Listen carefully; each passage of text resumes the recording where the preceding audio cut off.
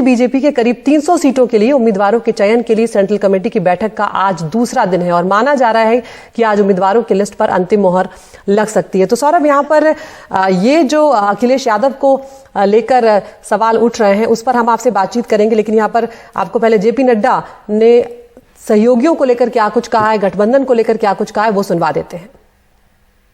Bharatiya Janata party Uttar Pradesh में NDA के साथ, अपने पार्टनर्स के साथ चुनाव में उतर रही है और लोकसभा में भी हम सब लोग साथ चुनाव में उतरे थे और यह विधानसभा के 2022 के चुनाव 2022 में हम एक साथ उतर रहे हैं।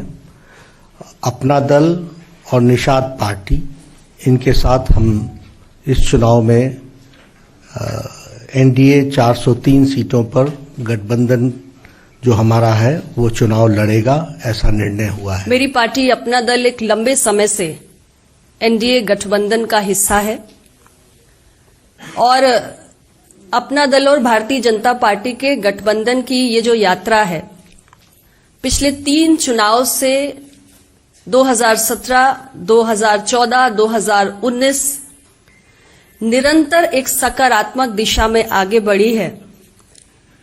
उत्तर प्रदेश की जनता का हमें अपार भरोसा, विश्वास, समर्थन इन तीनों चुनाव में प्राप्त हुआ है। ये जो हमारा एनडीए का गठबंधन है, ये विकास और सामाजिक न्याय का एक बहुत ही बेहतरीन कॉकटेल साबित हुआ है। तो सौरभ, यहाँ पर बेहतरीन कॉकटेल बोल रही हैं अनुप्रिया पटेल, लेकिन अब तक सीटों का ऐलान नहीं हुआ। क्या कुछ खींचतान की भी खबरें आ रही हैं या थोड़ा और वक्त लगेगा अभी?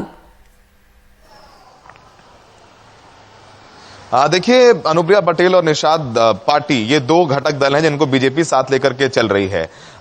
जो निषाद हैं लगभग 4.5% हैं उत्तर प्रदेश में और अनुप्रिया पटेल कहा जाए कुर्मी वोट बैंक की राजनीति करती हैं, तो उनकी भी अच्छी खासी तादाद है। इन दोनों नॉन यादव ओबीसी पिछड़े दलों को बीजेपी साथ लेकर चलना चाहती है। जो अखिलेश यादव ने सोशल इंजीनियरिंग की है उसमें सेंध लगाने के लिए, देखिए अनुप्रिया पटेल को पिछली बार 11 सीटें दी थी बीजेपी ने, जिसमें वो 9 सीटें जीत के आई थी, जिसमें से 9 विधायक जो थे उनके उसमें 2 विधायक चौधरी अमर सिंह और doctor Verma already Samajwadi party का दामन थाम चुके हैं।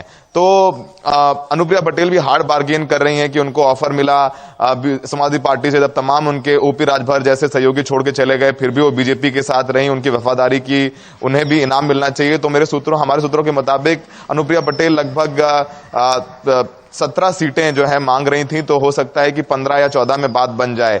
निषाद जो संजय निषाद ने निषाद पार्टी के, वो भी 15 से 16 सीटें मांग रहे थे। इनफैक्ट उन्होंने शुरुआत तो 25 सीटों से की थी, लेकिन वो 15 सीटों पर आ गए हैं। तो दोनों ही सहयोगी दलों को 12 से ज्यादा सीटें मिल सकती हैं। इसका ऐलान आज हो सकता है। आखिरी मोहर जो केंद्रीय समिति की बैठक होगी प्रधानमंत्री की अध्यक्षता में, उसमें ली जाएगी। लेकिन ये तय हो गया है कि ये दोनों सहयोगी दल साथ ही रहेंगे और इसमें अमित शाह का बहुत बड़ा रोल रहा है, क्योंकि संजय निषाद बीच में बागी हो गए थे, फिर बाद में उनको अमित शाह अपने साथ लेकर के आए। ये प्रेस कॉन्फ्रेंस के जरिए संकेत देने की कोशिश की गई कि निषाद पार्टी और अपना दल अनुप्रिया पटेल का साथ में है बीजेपी के।